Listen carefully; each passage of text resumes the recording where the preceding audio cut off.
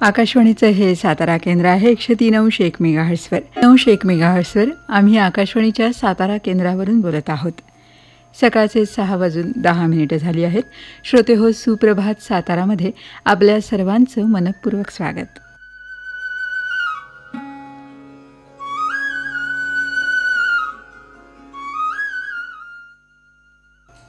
आता ऐकूया चिंतन हा कार्यक्रम.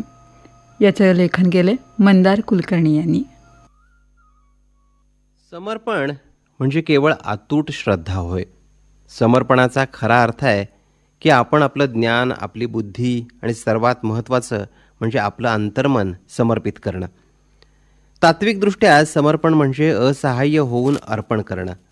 आपण जसं आहोत तसं अर्पण होण्यास शिकलं पाहिजे, तेव्हाच आपण स्वीकारार्ह होऊ शकतो. पाण्यामध्ये जेव्हा नाव चालते तेव्हा ती 2 साधनांनी पुढे जाते. एक म्हणजे वल्ह आणि दुसरं म्हणजे शीड. अज्ञानी लोक भवसागरातून पार होत असताना संसाररूपी नाव कर्मानं वल्हवत तो भवसागर पार करण्याचा प्रयत्न करतात. या प्रवासात त्यांना अनेक संकटांशी सामना करावा लागतो. नाव मध्येच बुडण्याची भीती असते. या भवसागराच्या मध्यातच अनेक जण संपून जातात. दुसऱ्या किनाऱ्यावर पोहोचणं फार अवघड होऊन बसतं.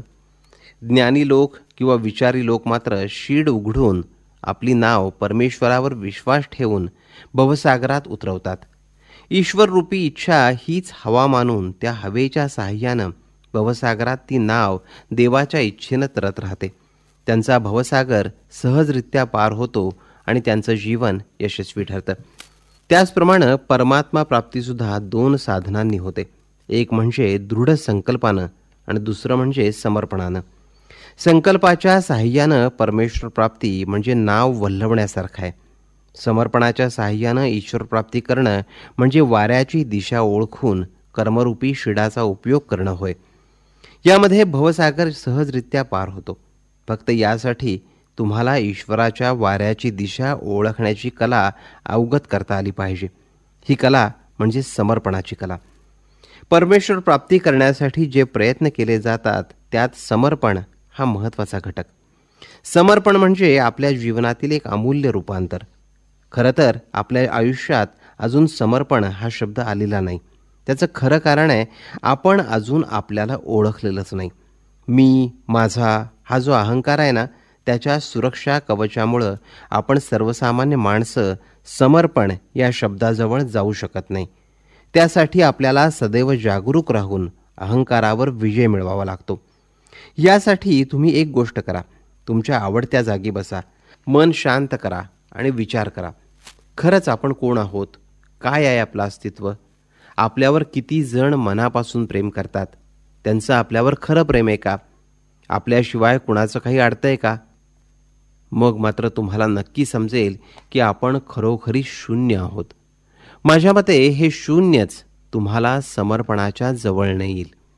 समर्पण हा एक आत्मिक अनुभव आहे. एक गोष्ट आपण सर्वांनीच लक्षात ठेवली पाहिजे की जो स्वतःला शोधण्याचा प्रयत्न करतो तो स्वतःला कधीच भेटत नाही.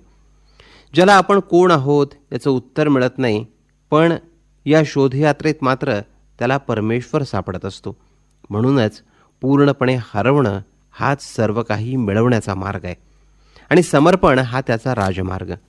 या मार्गावर मार्गक्रमण करण्याची संधी जास्तीत जास्त लोकांना मिळो हीच प्रार्थना. चिंतन या कार्यक्रमात मंदार कुलकर्णी यांचे विचार आपण ऐकलेत. हा कार्यक्रम आकाशवाणीच्या सातारा केंद्रावरून प्रसारित करण्यात आला.